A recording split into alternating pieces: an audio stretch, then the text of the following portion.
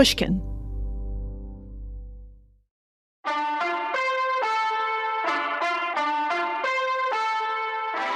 Welcome back to Risky Business, a show about making better decisions. I'm Maria Konnikova. And I'm Nate Silver. Now, today on the show, it is the annual edition of the Riskies. These are our awards for the best and worst decisions of the year from kind of a gambling / game theory lens, a little bit of poker, a little bit of sports, a little bit of politics, just the usual Nate and Maria topics. Maria, are you excited? I am excited, Nate. I love handing out awards, especially for bad decision making. And Nate, there have been a lot of bad decisions this year. A record number. I mean, as the world accelerates, were there more bad decisions last year? Or I don't know. We've had some pretty bad decision years, but yeah, let's get into the Riskies, and we can maybe our listeners can compare to last year to see which year was worse. Yeah, no, I mean we have a new president. It feels like Trump's been president forever, right? But like when the year began, Joseph Robinette Biden was president for the first 19 days. Why is it so funny? Speaking of humor, why is it so funny when you say his middle name? I don't know. Robinette, what the fuck is that? Is that some Delaware thing? It's a funny middle name. Are we sure Delaware is real? Have you ever been to Delaware? Are you sure birds are real, Nate? I'm birds more than Delaware. Probably 0.3% of our listeners are in Delaware. We don't mean to insult you. We know it's a beautiful state. No, I've been to Delaware on the train, usually passing through. No, that doesn't I know count. It exists. On a train doesn't count. You have to sleep, eat, or pee somewhere for it to count as having visited a state. Wait. Hold on. Peeing in a state counts as visiting? So if I get off the highway and use the rest area, it counts as having visited? Correct. Fascinating. Those are the rules. Okay. Those are the rules. Those are the rules. Fine. Excellent. I don't know if I've ever been to Delaware. I've passed through on a train. I've probably peed on the train in Delaware. No, the train, you have to leave the security perimeter, Maria.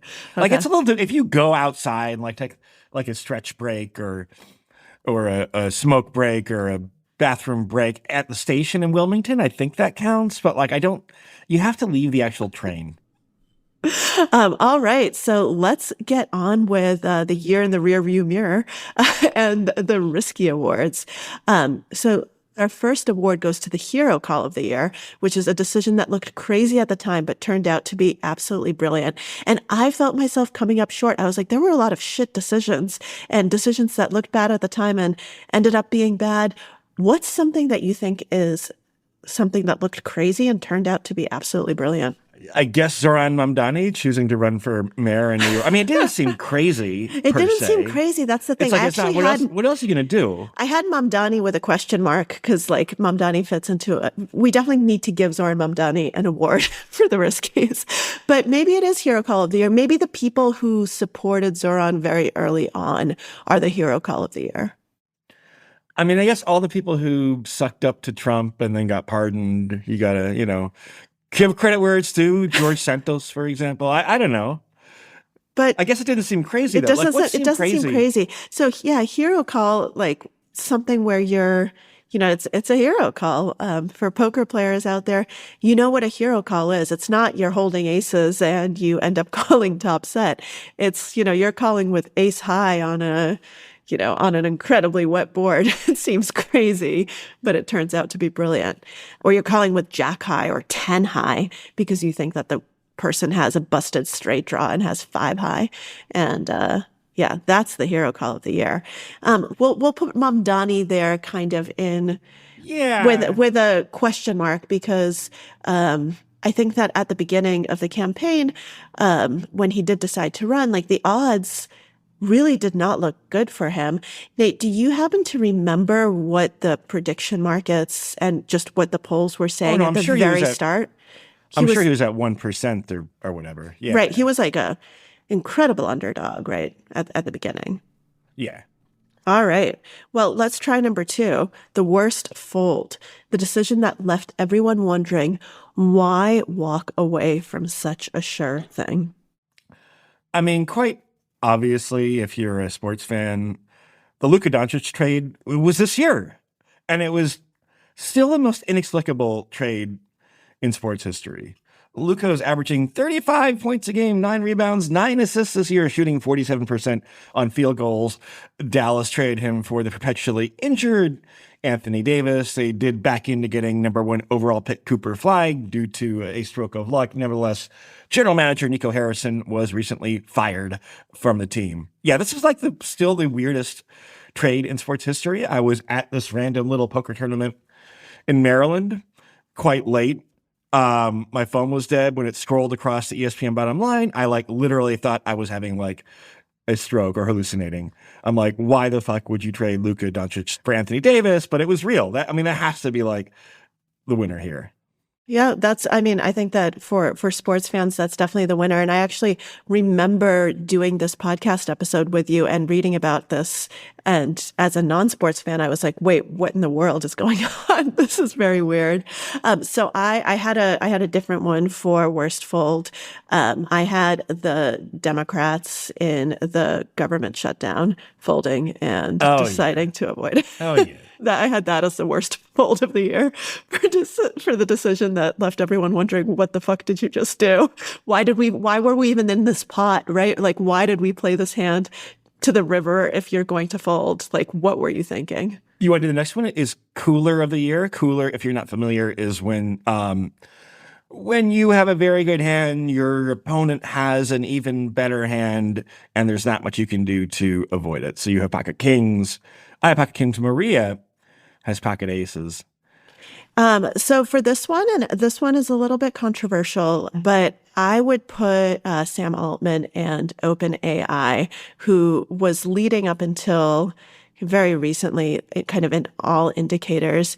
And then I realize there's somewhat of a recency bias here, but absolute great hand has been all the best researchers market edge and seems to have somehow fallen behind by sticking to kind of their approach and potentially putting a little bit too much weight on how do we generate money right away with things like Sora, et cetera, basically creating slop as opposed to trying to refine models and seeing, Gemini, Claude leapfrog over them in a lot of different metrics. So I think that there was no reason that had to have happened because I think that OpenAI had the biggest resources out of any company. So like I said, maybe you don't agree with that, but for me, it seems like they had a great hand, but it's right now, they're not going to lose in the long term, but right now it seems like they're on the back foot. Yeah, this is a slightly different spirit of cooler in which it's kind of maybe misplaying a very robust situation, right? I think the smartest people who are observers of AI say that OpenAI has probably lost its lead in the large language model category. Squandered its lead. Now its valuation's also gone up by 3x or 5x or something over the course of the year. Right. I'm sure Sam Altman is still sleeping well at night. But yeah, who else? If you want another sports one, Notre Dame missing the college football playoff because they think they're special and refuse to join a conference. That's maybe a little esoteric, Maria, but but they're privileged, a privileged bunch of rich kids who think they're special and couldn't get in line and join a conference and play a real schedule. But that's neither here nor there. All right. Well, there we have it. So tilt of the year. So kind of what's the most emotional decision of the year? I've got lots for this one. It feels like we have to mention Elon Musk at some point. I think he's had a fantastic year and, kind of crashing and burning out of Doge even faster than I thought. And I thought it wouldn't last particularly long. Yeah, I think Elon's got to be up there. What do you think, Maria?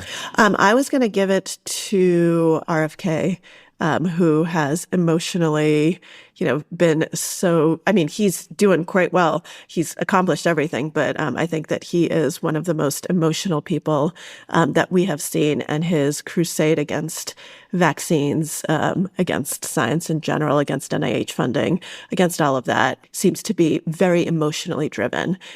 Someone who cannot be convinced by any data and just has this personal vendetta and feels like everything is personal about him, right? Like everything that he says, he makes it feel like, oh, people are out to get me personally, and I am the scapegoat, and I am going to prove them all wrong. So it seems to me like he's the tiltiest person. Like I would actually, I would bet that playing against him at the poker table would be an interesting experience. I think he's someone who would take everything personally and really let the losses go to his head. Do you think that Trump would be good at poker?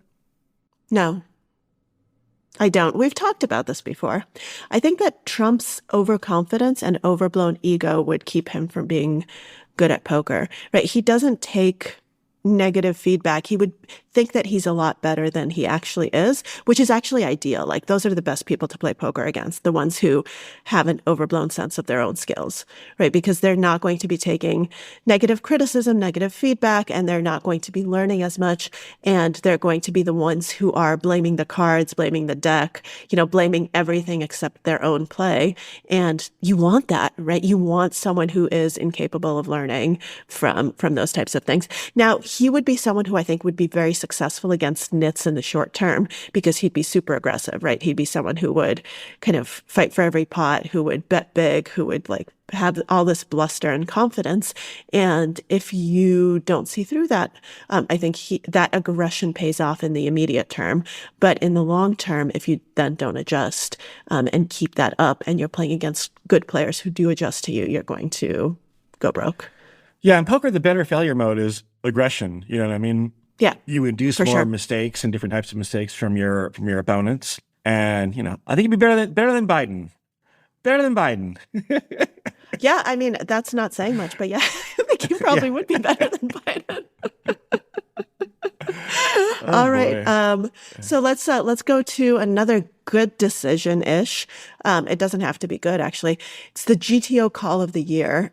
So game theory optimalist call. So the most balanced, sound decision of the year. What do we got for balanced and sound decisions well, look, this year? Actually, in the NFL in general, strategy on fourth downs, for example, is becoming much more GTO. But I'll do a politics one here.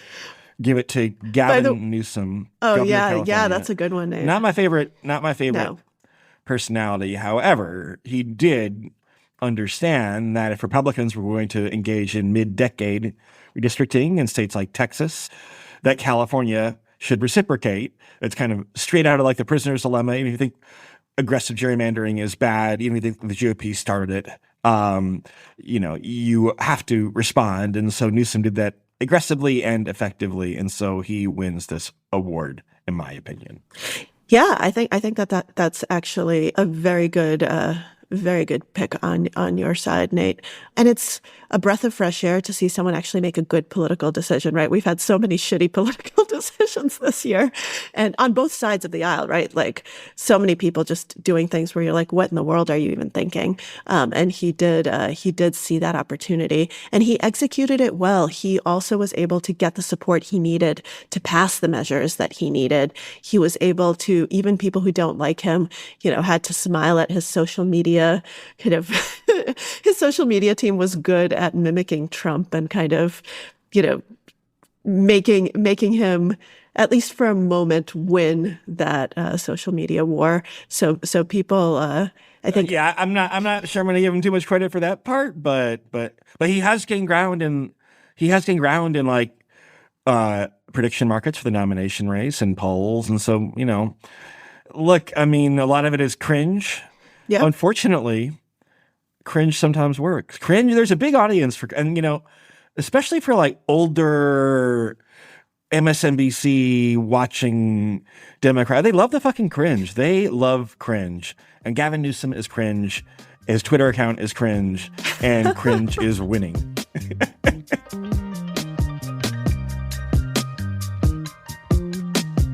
We'll be back right after this.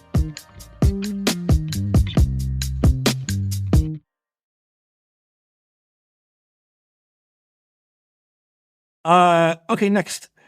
the Danny Kahneman Memorial Cognitive Bias of the Year Award. What cognitive bias best explains 2025? I am going to say a mix of, I mean, these are very related, of recency bias with historic amnesia and general like illiteracy about how things have played out in history, where all of the decisions seem to be focused on such short-term thinking, right? Just using like who are we, like who am I beating right now? Who am I trying to get one over on right now? Who am I trying to beat today? Without kind of this consideration of, wait, like there's a lot of history here, and this is not just the present moment. There are, there are data points that are going to kind of be helpful to me that happened way in the past, and I have to be thinking like into the future as well. Things like, tariffs, right? It just seems to just have a certain historical amnesia where, how did this kind of thing play out in the past? But in general, just all the decisions seem to be very short-sighted and very in the moment focused without grounding in how does this actually look? What are the implications? What can I take from historical lessons so that this decision is actually good for the future and not just for the present moment? Yeah, look, it's pretty classic for new presidents to come in to the Oval Office and overread their mandate. Trump being so insistent on tariffs, I mean, even if they haven't had quite as much of a negative impact as some economists might have predicted, consumers have been very gloomy about the economy ever since Liberation Day, quote unquote, back in April. Without this investment in AI, it's not clear the economy will be growing very much at all. And Trump just won an election on inflation. Now everyone calls it affordability. You know what? Call it fucking, if I've had this rant on the show before, affordability feels too fucking euphemistic to me. It's a little too highbrow. Call it fucking inflation. You win an election on inflation and then you pass a bunch of tariff policies that cause higher inflation. It seems like some type of cognitive bias or deserves to be somewhere in the negative category of these awards. Yeah, absolutely. Absolutely. So let's go on to our degen of the year, which we, as of last year, renamed the Ipei Mizuhara Award for degen of the year. We don't have anyone quite on that level, but there were a lot of contenders for this one. I mean, what about Chauncey Billups, the former head coach of the Portland Trail Blazers? Oh, I had Chauncey. I had Terry Rozier. I had all Rozier. Yeah, we have. We had the indictments, the NBA indictments. So you can take any of those athletes, coaches, like people who were making lots of money and who made very, very questionable decisions that have jeopardized their. I think future. I'm gonna go with Chauncey. He's the most prominent of these figures, right? He is an NBA Hall of Famer, I believe, otherwise known as co-conspirator number 8, I believe, or I forget which number he was. I'm gonna give Chauncey the award. Okay. That makes sense. So I initially gave it to Chauncey, and then I thought maybe Terry, because Terry actually threw games as well.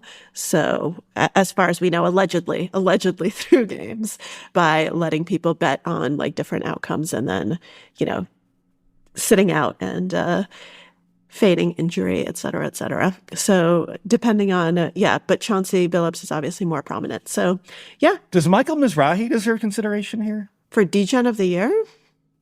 Yeah, sure. Why not? I mean, Michael Mizrahi is quite a degen. He won the World Series main event. He won the Players' Championship. So degen of the year could be a good thing.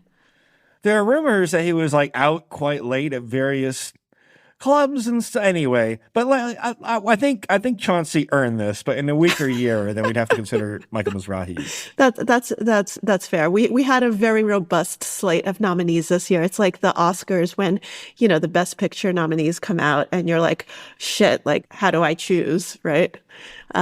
This year, the degen of the year slate was really full. We're sorry, everyone who didn't get it. Better luck next year. How about the nit of the year, Nate? Who do you think was the nittiest this year?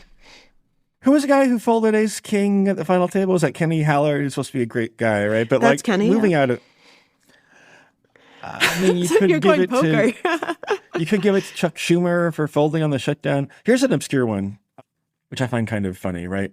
So Brad Lander was the New York City comptroller, by some measures was the most broadly liked candidate in the New York mayor race, and he basically endorsed Zoran, and helped clinch Zoran finishing in first place in the primary, right?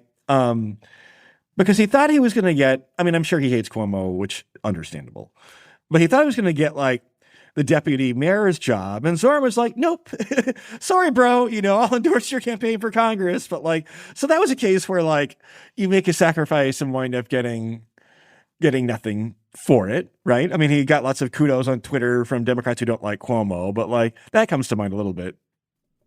Yeah, that's an interesting one. Yeah, I was going to go with someone like Schumer in line with my Democratic shutdown as the worst fold of the year. Because nits, that's the thing. If you're a nit, you're going to end up making nitty folds that you should not be making, right? Like those two things go hand in hand. One of the worst things about being a nit is that you fold hands that you really should be calling, and you don't put yourself. Sure, you can protect your chips, but you also don't put yourself in a position to win, right? That kind of strategy ends up putting you on the back foot repeatedly. And I think that that's kind of what happened here. Did you make any bad folds this year, Maria? I don't know. I don't know. Wow. Well, no, in the sense that I wasn't shown. I'm sure that I made some very bad folds, but in order to know whether you made a bad fold, the person has to then show you what they had, right? And if you aren't sure if they were bluffing or not, then you don't know if it was a bad fold. But I'm guessing that I made some really bad folds this year. If I were betting on it, I would say over 90% certain that I've made some really bad folds, but I didn't have any of those situations where someone then showed me their hand. I had situations where they then told me what they had, but I don't trust that because I don't trust poker players to actually tell me the truth about what they had in a lot of situations. Poker players lie. I had one in a home tournament where this woman was quite bad at poker, and I had it was a board with 3 of a kind in the board. It was 7, 7, 7, 9 king or something, right? And I had a pair of nines, so full house, right? And she bet a lot with a pair of sixes, right? So an underpair to the board. A weaker full house than I had. And I just thought, well, okay, this is a really tight player, but she didn't actually know. She didn't realize that having a full house was not actually a great hand on that board because there's so many better full houses, right, or quads. So I folded because I gave her too much credit, basically. That's funny. There's one of the pivotal poker scenes in Molly's game. You've seen the movie? Yes. Mm-hmm. So there's a scene where a good player makes a huge fold because he doesn't realize that he's playing against a bad player. He didn't realize, I think, that Brad was bad. And then it ends up, and then he by mistake flashes one of the cards and he realizes that he made a bad fold and it puts him on mega tilt and he ends up losing tons and tons of money. That is sometimes one of the worst things that you can do, which is actually an interesting consideration for this award. When you are capable, when you give other people too much credit, sometimes you can be nittier than you should be. And so that's why, for good decision making, you really need to be accurate in your evaluations, not only of yourself, but of other people. And that can be really difficult in the absence of data, right? If you don't have enough data points, how do you make those determinations? And obviously some of it comes from experience, but then you fill in the blanks with biases, with, what you're kind of, you try to fill in the blanks as best you can. Sometimes you're right and sometimes you're just absolutely wrong. And sometimes, Nate, I'm sure you've been in this situation, both in poker and not in poker. I've had situations where I have folded huge hands, both literal and metaphorical, because I've read the other person as being incredibly strong. And I was right in that they thought they were incredibly strong, but they actually weren't. So the read was correct, but they didn't realize where they were relative to me in that situation. And so that's something just a narrow piece of actual poker advice for listeners, right? Because Maria and I both have this experience of playing an extremely wide range of game textures, from the toughest opponents in the world and high rollers to the worst people you've ever seen play poker and like charity events, right? And when you get in that really bad section of the pool, then you have to give some consideration to your absolute hand strength, right? Like that. Yep. I have a flush.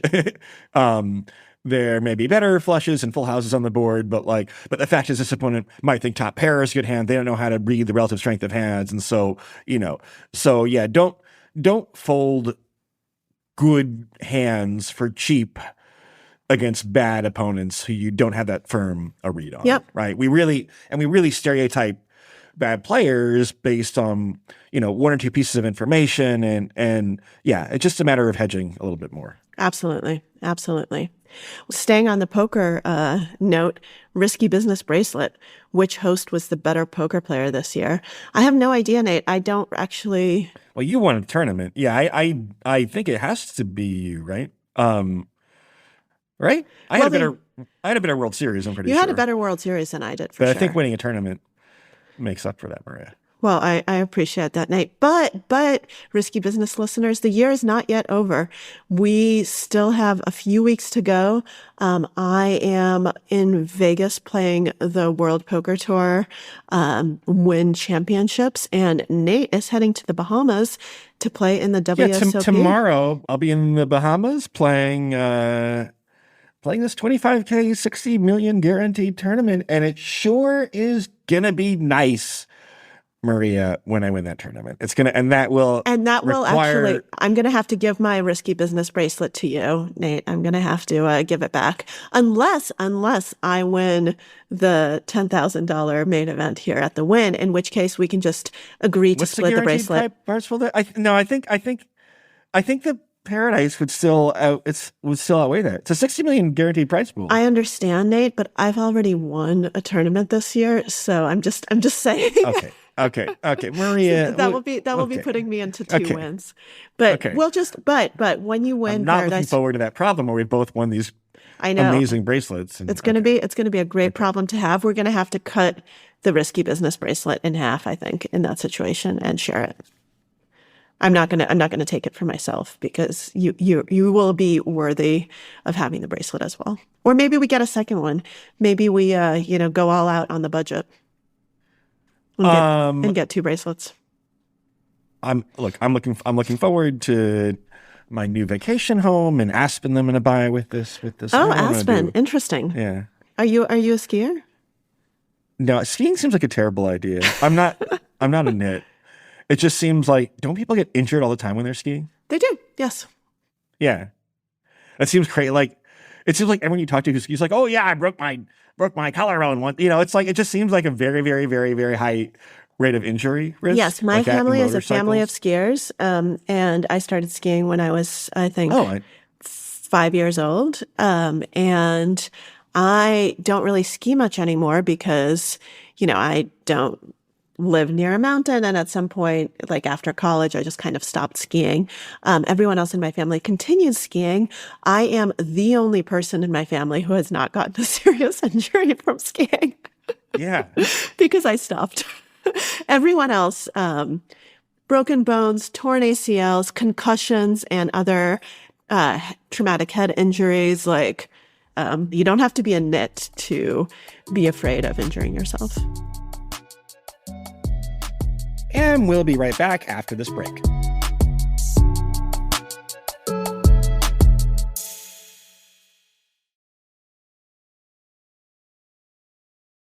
All right, we've got two awards from the podcast The Town about Hollywood that we awarded last year as well. So those two are the Mea Culpa I Was Wrong award and the Suck It Haters I Was Right award. So what do you have for those? Is there anything that you think you were wrong about or you were right about? Well, I keep track of my sports bets. There's lots of individual things that I was I was wrong about, certainly on the sports side. I'm thinking back on columns I wrote a column early in the year about like how the market, like the stock market, wouldn't tame Trump or curb his excesses. I think that is more wrong than right, because he seems to be upset when like the arrows go down in the stock market quite a bit. I don't know. There weren't very many elections this year, which reduces the number of opportunities for me to be obnoxiously wrong about things. I was almost wrong on the shutdown. I thought that like this kind of pretense of like shutting the government down for healthcare was not a very good plan, right? But then lo and behold, after a couple of weeks, Trump was threatening people's food stamps, and he was becoming much less popular. I'm like, oh boy, I'm gonna have to eat some crow on this one. And then Democrats fucking caved. So I guess I was right. For the other Suck It Haters category, like there were 2 or 3 books about what a shitty condition that Biden was in, which was a point of emphasis for me last year. Of course, I don't think Kamala Harris comes across very well in her memoir or the campaign trial either. So like the fact these people were fucking idiots, I don't mean Harris, but like, the people surrounding Biden and Harris, like that felt very validated this year, I guess. Yeah. So I'm going to say for the Mea Culpa I Was Wrong award, I think at the beginning of the year, I was underselling some of the promises of AI in a lot of areas. And I think that it has gotten so much better this past year. Like, sure, it still hallucinates and like that's funny. I've kind of well, it's because you and I I'm more bearish, right? But you and I started the year on very different. Like, you were so much more bullish, and I was so much more bearish. So I think we've probably we're probably at the same point now, Nate. But for me, it's an I was wrong, and for you, it was it's one of these things where we've both recalibrated with the new data, and I was like, oh, okay, in some of these areas, there's a lot of promise that I didn't really realize. And you, on the other hand, were so optimistic that now you're like, oh, you've had to calibrate it down, which is kind of funny. So I think we've met in the middle. The Suck It Haters I Was Right award, I'm going to say that the attack on higher education that was orchestrated by, Trump and his cronies, a lot of people were like, yeah, fuck Harvard, blah, blah, blah. But I think that we're already seeing with the cuts in funding and the kind of drain in students and all of this, that this is going to really, really hurt the United States for many, many years to come. So I think I was right on that. Poor Harvard. Poor Harvard. You may have to use their endowment. Yeah. They are using it. Good. No, like it is bad, but like of all the things Trump has done, I think higher education, elite higher education, I'm a big fan of state schools, right? There are some schools like my alma mater, University of Chicago, that stood up more for free speech. Yeah, I agree it's objectively bad. I'm not very sympathetic. Yeah, but I think that, curbing cancer research and all the things that these schools is really bad. Somewhere in here, by the way, we have not, because this did happen in 2025, right? All these Republicans who confirmed RFK Jr. and Pete Hegseth, right? Like, Oh, that was, talk about have some fucking spine, right? Yeah. Like those are very, very powerful positions that will have, impacts for years to come. And so they deserve maybe Nit of the Year, right? If I had Brad Lander in there for an obscure endorsement, I rescind that award, Brad Lander, and I give it to congressional or Senate Republicans who confirmed, and it's fine. You're going to have some partisan, very conservative nominees, right? But Pete Hegseth and RFK Jr., maybe Tulsi Gabbard, those 3, man up, show some spine, and vote against these people that are not qualified for their jobs. Yeah, absolutely.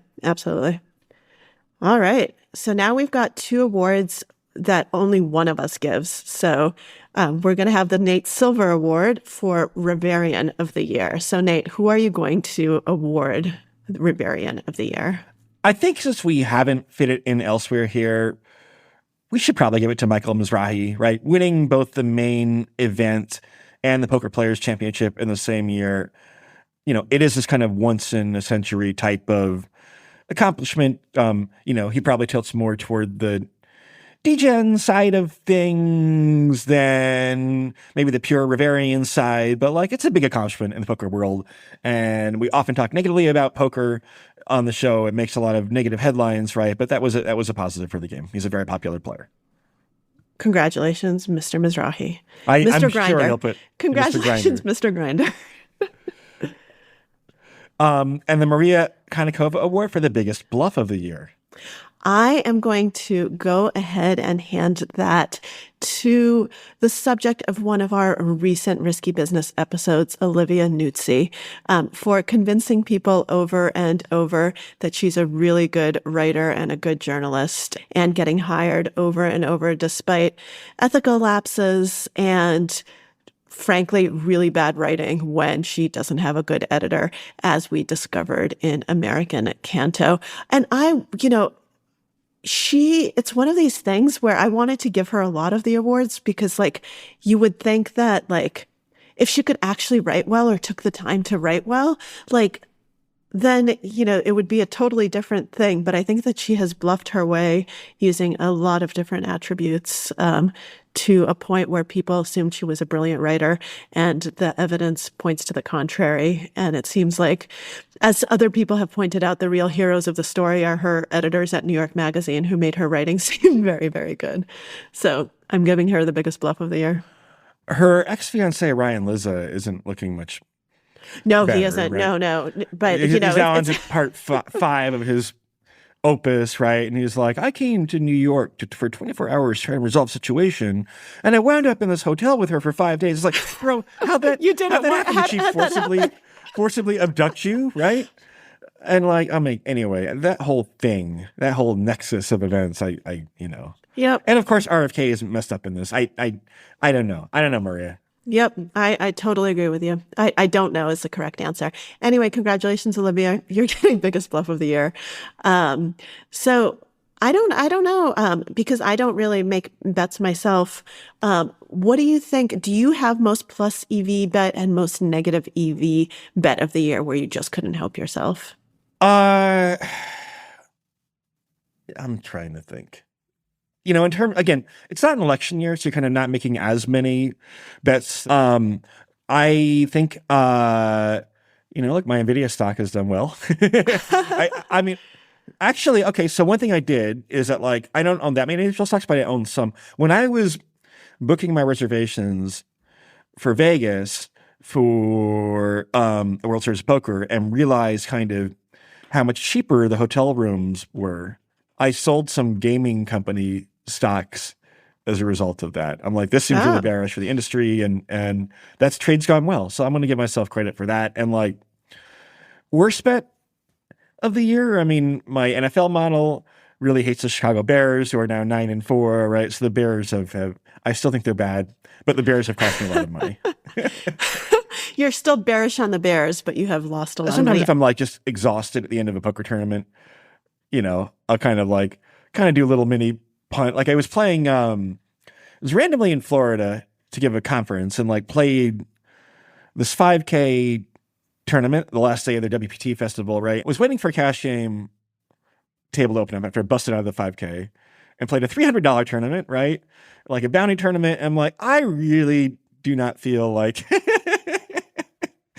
being here, knitting it up with 5 big blinds when first place is only a couple $1,000, right? And I'm not going to win any bounties. And so, I don't know. I overcalled with 10 or Jack 9 of diamonds versus 3 other players because I could have gotten a bounty from one of them. And I have 4 big blinds. Actually, it's probably fine. It's probably all fine. It's not even that. yeah. But it felt bad. I just want to get out of here. I want to go. I haven't eaten. We've all been there. Some fucking, We've all been there when you get tired. at the end of a long day, like decision-making quality definitely deteriorates, and it takes real mental discipline to like stay focused and stay with it up until the end. And self-knowledge to understand when you're making suboptimal decisions because of that kind of end of day. Like I've definitely had situations where I've been like, you know what, I just want to go to dinner. Like I don't have that many chips and like dinner break is in an hour, but like I just want to either spin it or bust so that I have a longer dinner, right?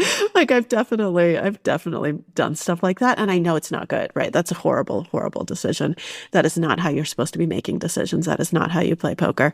But that happens in real life too, when sometimes you just like do a fuck it decision because you're tired. Hangry is really bad. I figured out, right? Don't try to be a hero. Hangry is very bad. Well, that concludes our Riskies for the year. Congratulations to all of our winners and our condolences to some of our winners. And we will maintain that even though for now, I have the Risky Business Poker bracelet, we still have several weeks to go, several poker tournaments to play. And, it would be wonderful, Nate, if we both had really strong ends to the year and had to reconsider how that bracelet is divided. That would be a wonderful way to end the year, wouldn't it, Maria? It really would. It really would. Best of luck to both of us. Let's go crush at the poker tables.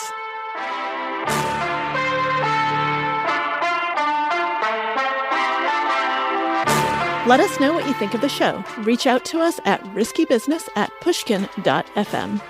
Risky Business is hosted by me, Maria Konnikova. And by me, Nate Silver. The show is a co-production of Pushkin Industries and iHeartMedia. This episode was produced by Isaac Carter. Our associate producer is Sonia Gerwitt. Lydia Jean Cott and Daphne Chen are our editors. And our executive producer is Jacob Goldstein. Mixing by Sarah Bruguer. If you like this show, please rate and review us so other people can find us too. But once again, only if you like us. We don't want those bad reviews out there. Thanks for tuning in.